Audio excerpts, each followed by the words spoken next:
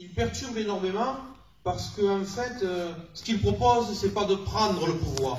Ce qu'il propose, c'est de nous rendre le pouvoir. Alors il est attaqué.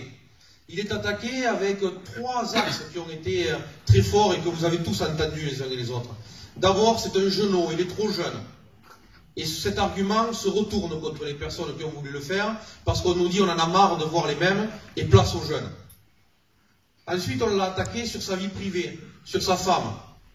Et là aussi, on se rend compte que cet argument se retourne parce que derrière, il porte des valeurs et ces valeurs-là, il les défend. Et cet argument s'est retourné aussi contre les gens qui ont voulu le porter. Et puis, le grand argument, c'est le candidat des banquiers. Le candidat des banquiers, celui qui est là pour faire que la finance prospère.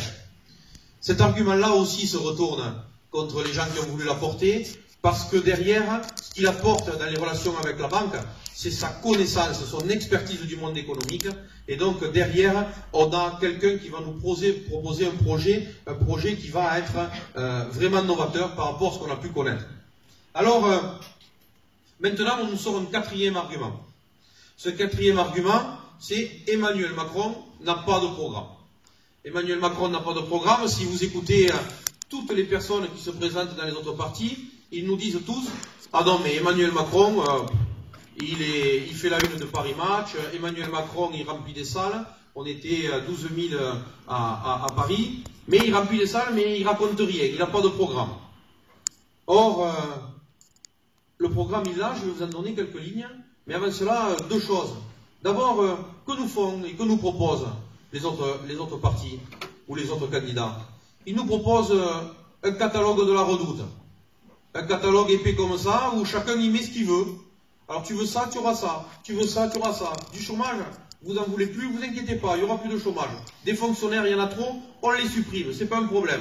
Et donc on nous fait un catalogue, alors que l'on sait très bien, les uns et les autres, depuis des années, qu'à partir du moment où les personnes qui nous proposent ça seront élues, ils vont nous dire « Ah ouais, mais on ne savait pas.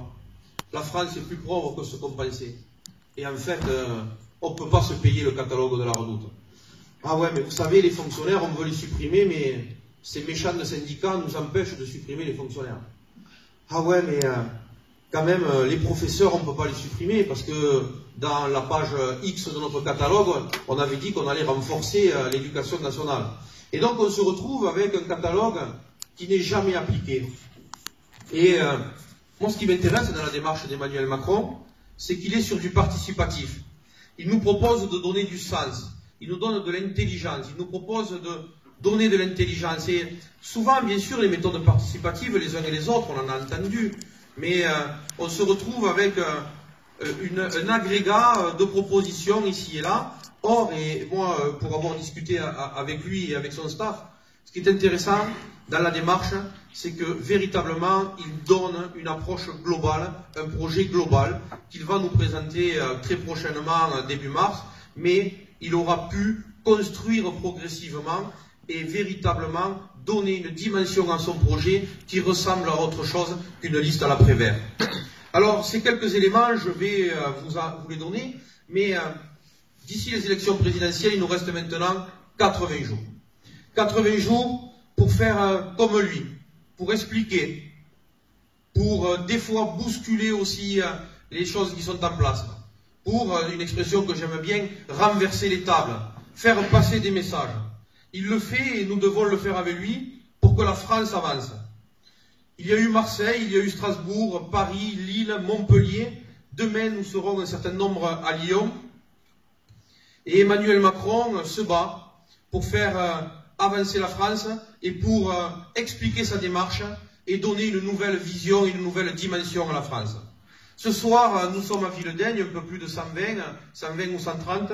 Bientôt, avec toute l'équipe du mouvement, nous serons partout dans l'Aude, nous serons dans toutes les communes autour de Narbonne et nous terminerons bientôt sur Narbonne. Et j'espère que nous serons de plus en plus nombreux. Parce que ce que je vais vous dire dans quelques instants, eh bien, il faut que l'on soit capable de le porter, il faut que l'on soit capable de le porter ensemble, parce qu'on ne le porte pas pour Emmanuel Macron, on le porte pour nous et on le porte pour nos enfants.